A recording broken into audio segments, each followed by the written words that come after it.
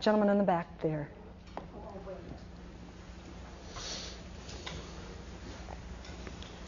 Erik, thank you for coming to talk with us. I'm curious about Benghazi. And I know you weren't involved and your company wasn't involved, but what, if you can comment on it, was not done properly there from a security perspective? What should have been done? The beginning, the middle, and the end. To start with, they depended on basically a local militia, a company that hired local Libyans, unvetted, untrained, and even ill-equipped. There's evidence to believe that some of those alerted people in authority to the impending attack, but when the attack actually came, they fled.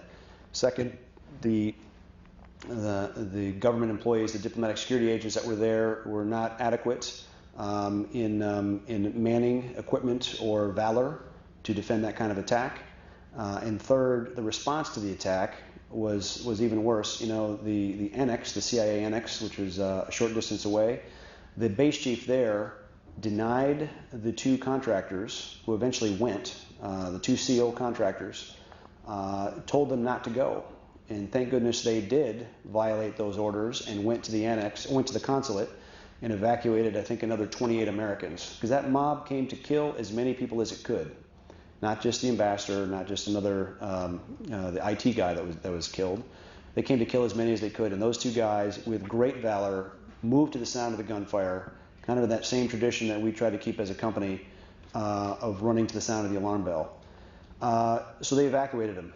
And then later that night, that annex started taking a lot of fire. Even from a very, very professional mortar team, which I believe to be Quds Force, an Iranian special operations team, to get on target with 3 to 4 rounds with a mortar you don't do that. That takes some skill. And then beyond that, the U.S. military spends billions of dollars buying combat search and rescue aircraft. Why? Because we go after our pilots if they're shot down, because we don't leave anybody behind as a country. Well, we did that night. We left them behind. There was special forces training just north of there in Croatia on a C-130, about 55 guys, locked and loaded, weapons, equipment, everything they needed to get it done, and they were turned around. That is, the mentality that we ran the company with, and one of my proudest moments was after a War College speech, and a colonel came up to me, and he said, he'd just come back from Brigade Command in Baghdad, and he said, look, at the top of the dashboards of his men's Humvees were the Blackwater call signs and frequencies, because they knew that if things went bad, the Blackwater guys would come for them, no excuses. So America didn't do that night, and I think we should be ashamed about that.